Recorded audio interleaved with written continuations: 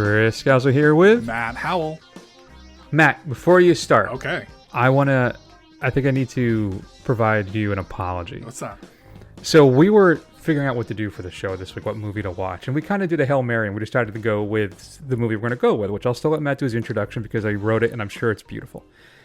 But I did not realize that this was a film that was clearly going to be debuting probably on a certain streaming service probably within a month, if not sooner. Yeah. Right. So Right.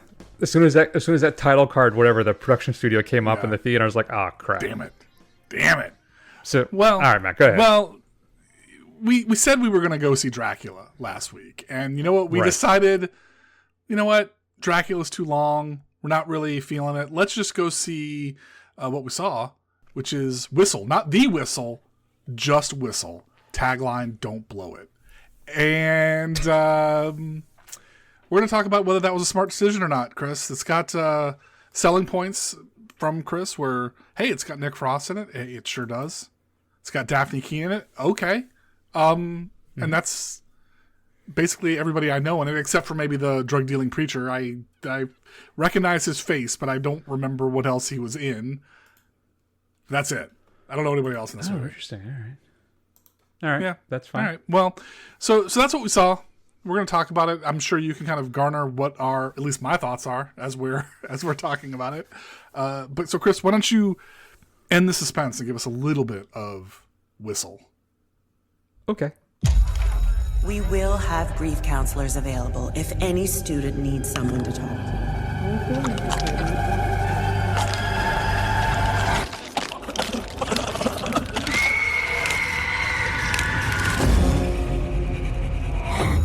You're the new girl? Is that a part? No. Can you translate any of it? So talk, it can also mean to... Summon the dead. Go for it, babe. I dare you. I think I'm gonna pass on the whole ghost summoning death whistle.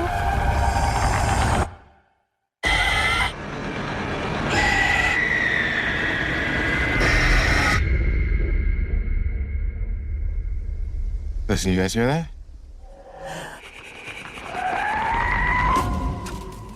Ooh, terrifying, Matt.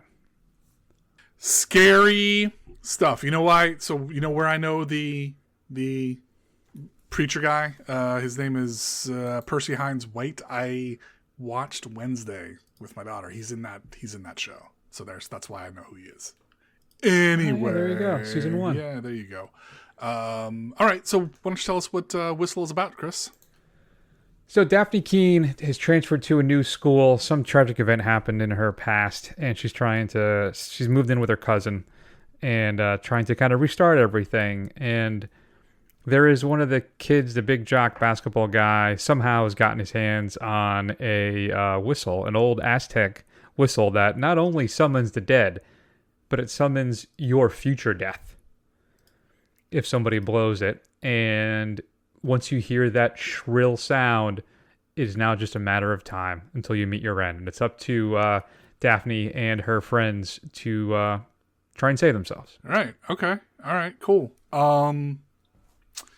So, Chris, especially with the kind of, did you stay through the credits for the post-credit sequence?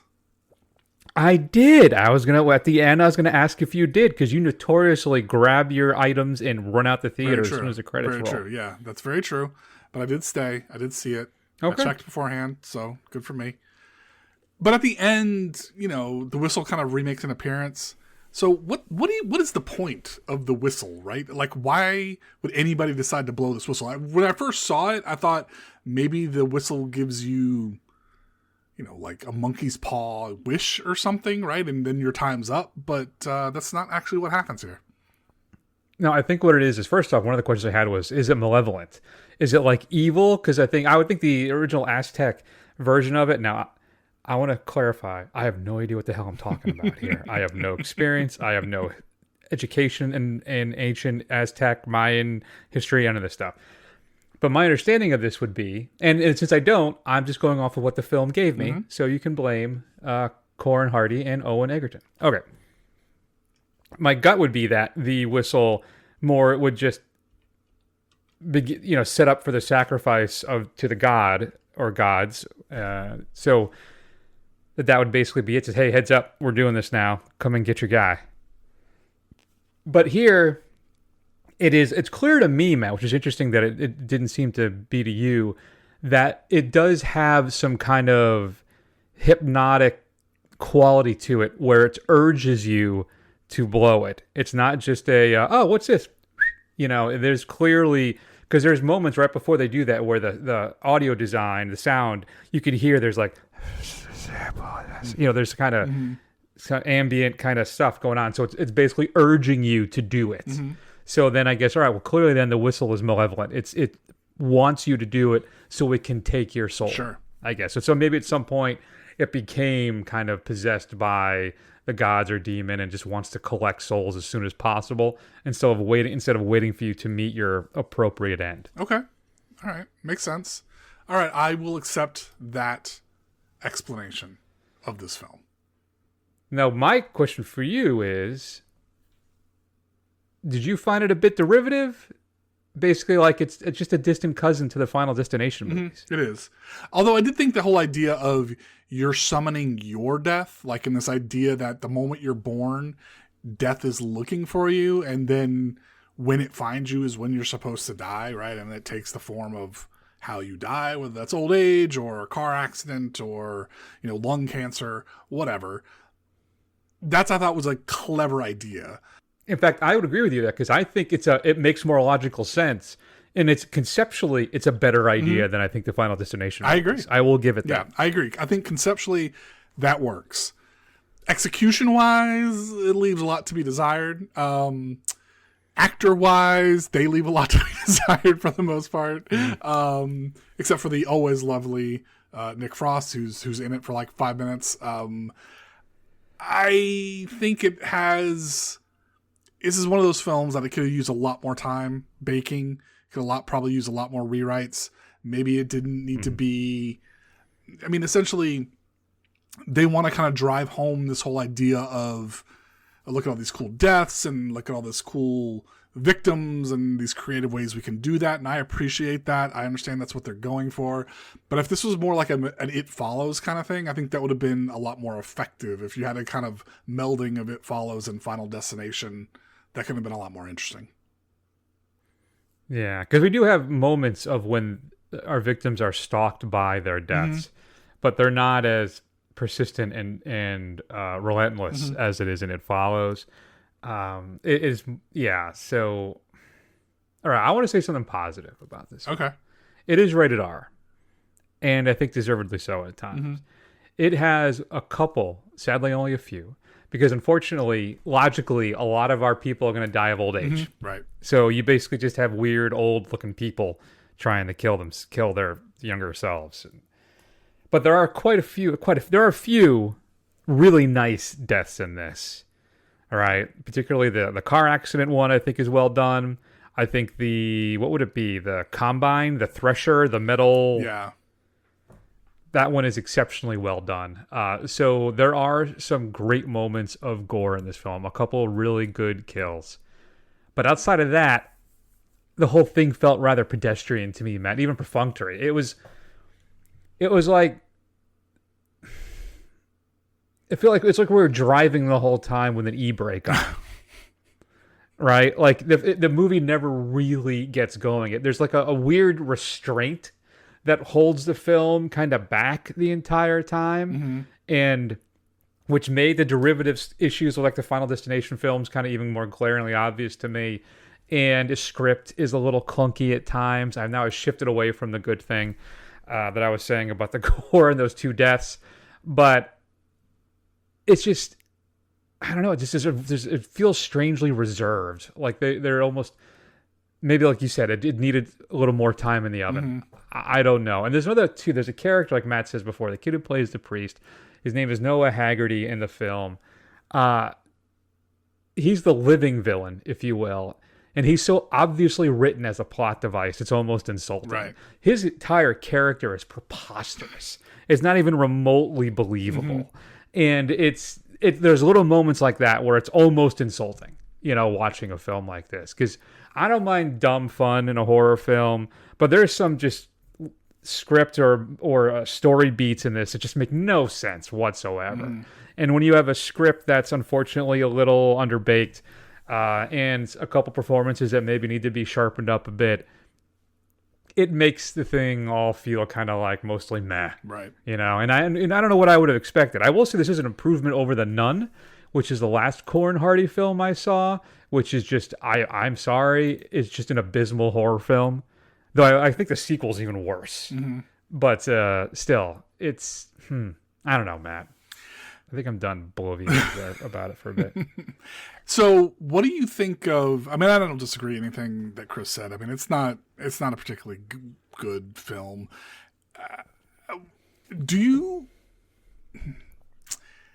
Were you as disappointed by Daphne Keene's wooden performance, as I was? Because I found it very.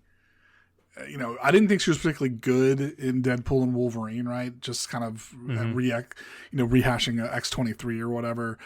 But in this, yeah, man, she's not great. And I have a feeling that if she keeps putting performances like this out there, we're not going to be seeing much more of her. Yeah, I hope that. I'm rooting for her because I liked her as what is it, X-23? What was her name? Her real name in that? I can't remember what her real name was in that, but yeah, I just know the character's name is X-23. Yeah. So she's fine. She's unremarkable. Again, I lay that at the feet of the script. I really do. I know she's on Acolyte, right? The Star Wars show, which I have not seen. So I don't know how she is in that. But yeah, no, I'm not. I'm gonna go light on Keene. Maybe just because I've always liked the name Daphne too, even though it's spelled unusually. But yeah, no, she's fine. I'm not gonna hold this against her. I think it's everything else around her may have failed her a bit. Though the Deadpool thing is, yeah. But I mean, part of it too is she's competing with Channing Tatum with that ridiculous Gambit accent. Right. So he's gonna take all the like. Yeah, so I don't really know what else I have to say about this film. I mean, it's kind of your typical first quarter horror film disappointment. It's got its moments. I think it's a relatively good idea. Like Chris said, it's got some good gore scenes. But otherwise, it's just unremarkable. So did you I read, I think it was on Screen Rant, about the mid-credit scene. And that they cut away right before it happens. But I don't know if I don't know if I want to spoil it. But I guess it doesn't really matter. So, because this would kind of expect how it would happen anyway. So there is another event at the film that the whistle continues to haunt and stalk and whatever. And our two stars are survivors, I guess, right at the end, and they cut it. They put earplugs in their ears right before the whistle goes off to protect themselves. So then it's going to be up to them now to save the impacted people if they can. Okay. That's if there's a sequel, which maybe Shudder will shell out the money for a sequel at some point in IFC. I don't know. But we'd have to see. When was this thing made? Yeah. Like, why do I feel like it's been sitting on a shelf somewhere for the past 10 years? Oh, I don't know. It says 2025. Really? Okay. Yeah, I'm not seeing anything here that says anything different. That October 23, Black Bear Pictures handled sales at AFM in May of 2025. Independent film company should have acquired the distribution rights. So maybe it's from 2023. Okay. All right. Well, yeah, makes sense.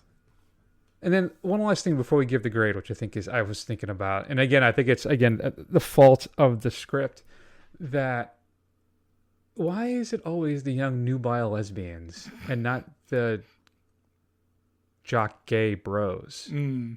Like I think it's still interesting that societally, is that a word, that we're still much more comfortable with high school. I want to stress high school supposedly lesbians instead of two gay guys who are doing, or gay, I guess you say gay boys, because again, this is set in a high school.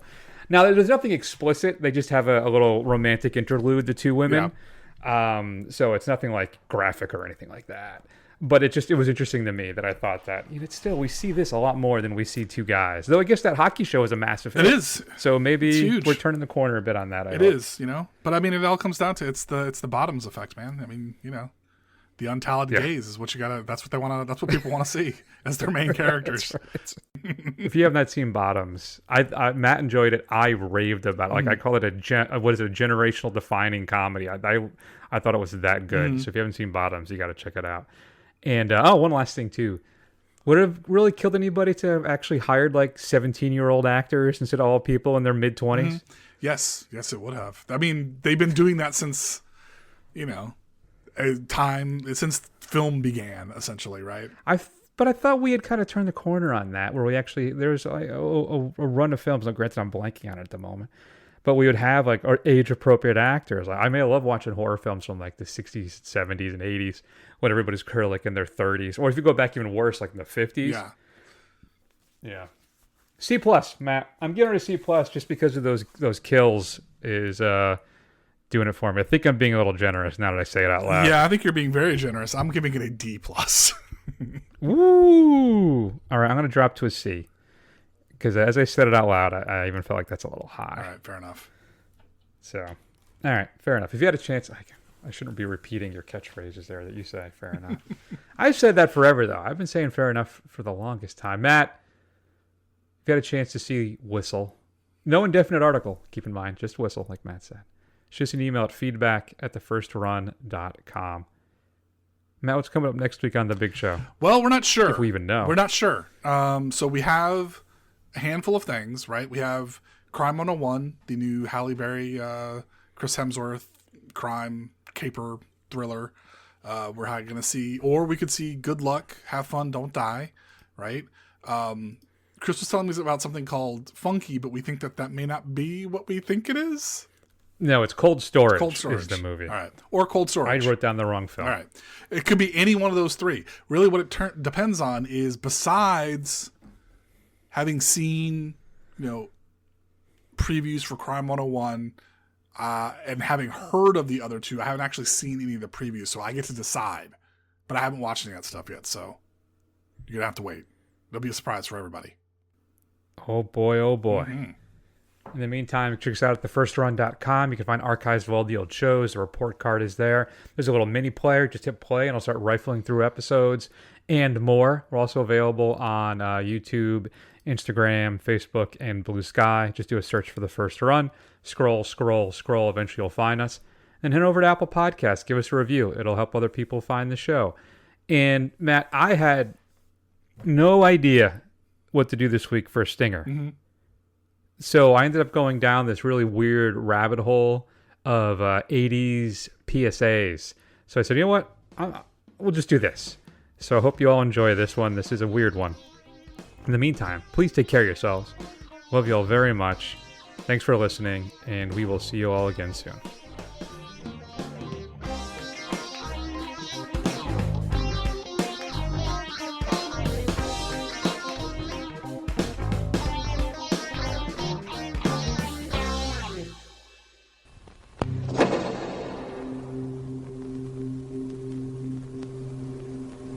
See this cute little vial here? It's crack, rock cocaine, the most addictive form. You think it's the glamour drug of the 80s? Well, that's the point of this friendly little reminder. It can kill you. And if you've got to die for something, this sure as hell ain't it.